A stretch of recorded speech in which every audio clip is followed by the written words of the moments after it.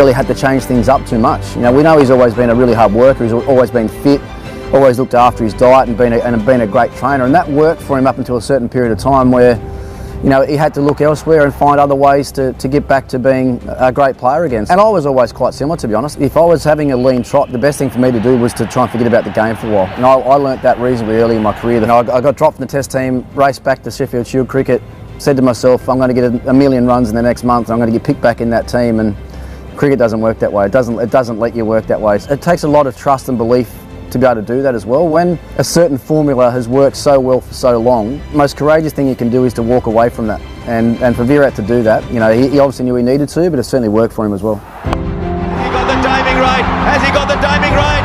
Oh, it's gone for six.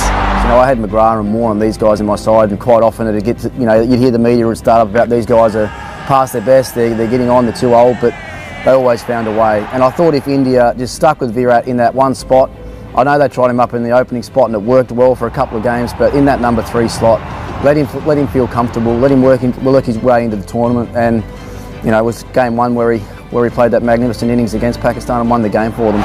Virat Kohli is turning it on in style here in the stadium, is dancing to his beats. And the enormity of the moment, you know, 91,000 people at the MCG, one of the great rivalries in world sports, certainly probably the biggest rivalry in world cricket.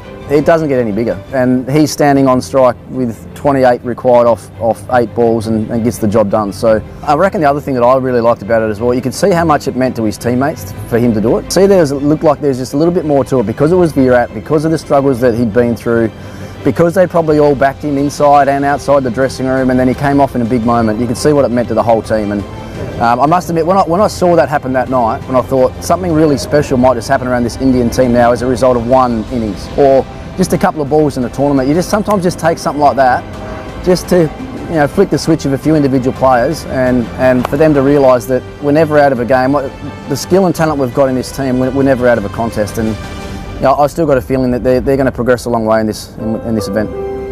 This game was gone. Virat Kohli pulled it back. What a champion. What an absolute champion.